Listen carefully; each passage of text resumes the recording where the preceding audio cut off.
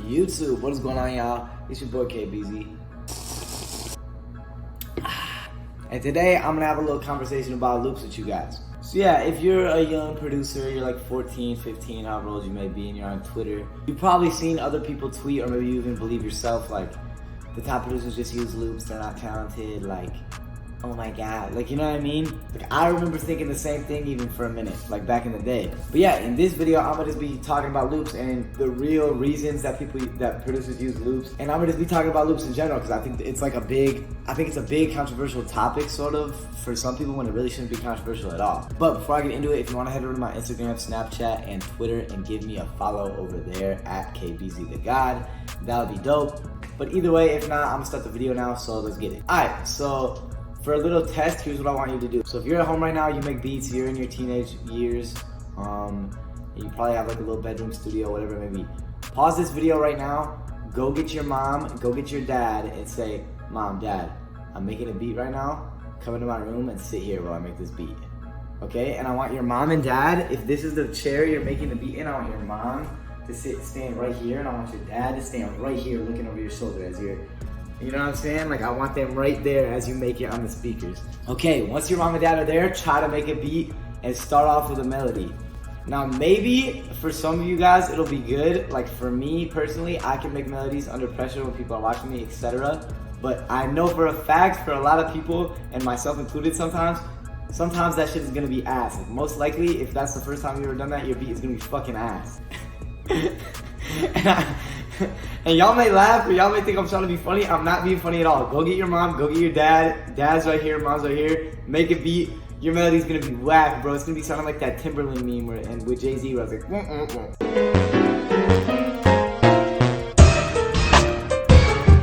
You know what I'm saying? That's literally probably what a lot of y'all are gonna make. And I think in reality, a lot of the people that hate on like producers that use loops or whatever are like a lot of younger kids that have never really experienced that. Where it's like, bro, you're in the studio, like, I'm just gonna paint this picture for you. You're sitting there, one of your favorite artists is there, A&Rs are there, managers are there, there's some girls involved, there's some thoughts, some LA Instagram thoughts involved, and you're sitting there, they're all behind you, and you gotta make a melody, and think about it, you're making this melody for 10-15 minutes, however long it takes you to make a dope melody. If the artist doesn't like it, you gotta start all over again. So the reality of it is, it's much easier to just pull up a loop from my boy Kyle Steinberg. Let's say I'm sitting there and my boy Kyle Steinberg sent me 15 loops. He makes dope melodies, has a dope YouTube channel, go check him out.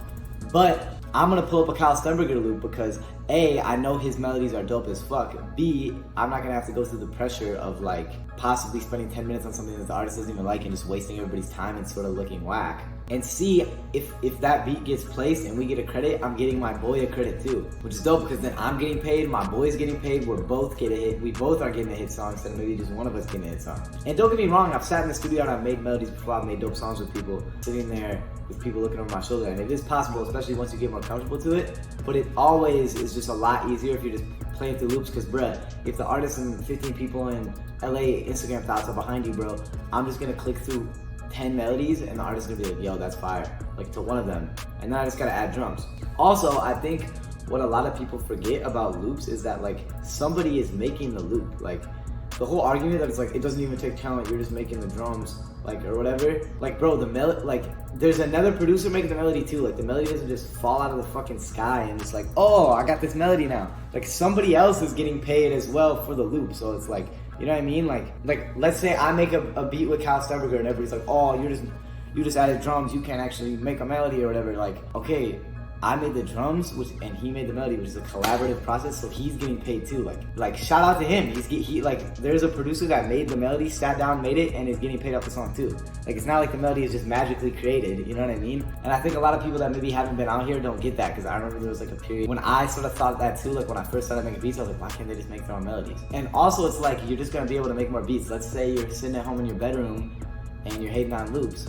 I'll tell you this right now, if you start using loops, you buy my loop kits, you buy somebody's loop kits, you meet somebody that makes loops and wants to send them to you, I guarantee your productivity will increase, because let's say you'll make 5 beats in a day instead of 2 beats in a day. Let's say you make 10 beats in a day instead of whatever it may be. Let's say you're making 5 beats a day, right? The producers get 50% of the publishing on a record. It goes 50% to the artists usually and 50% to the producers.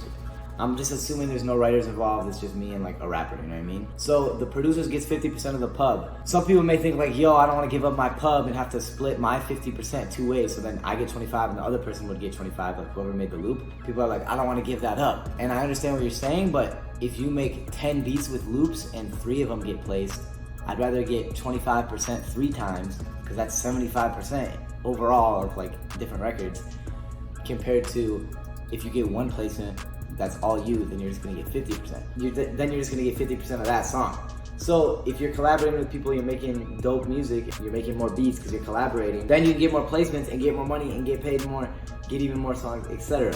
And I think I have like an interesting perspective on this sort of, because I, A, make my own melodies in a lot of beats. B, I also use loops from people and use melodies from other people a lot as well, like evenly I'd say. And also the flip side of it is like I make loops to myself for other people, in addition to like actually being a beat maker and a producer and a writer and all that, because like some people may not understand it, but I feel like I have like an interesting perspective on both sides, because I like do both. Like I make loops for other people, and I've also gotten placements making my own beats with other people's loops and stuff like that. So yeah, all in all, I just want to make this video to talk about loops because I think it's sort of like underappreciated, and I think there's like a lot of like bullshit on Twitter and like YouTube comments and stuff that goes around about like loops, when in reality, to me, the hardest part of making a beat or making a song is finishing the song. Like a lot of people have no problem making a melody or making a beat or whatever it may be, but the real difficulty and the real part of being a dope producer is being able to finish a song. So taking a melody or hearing a guitar and being like, yo, I'm gonna add these jumps to it,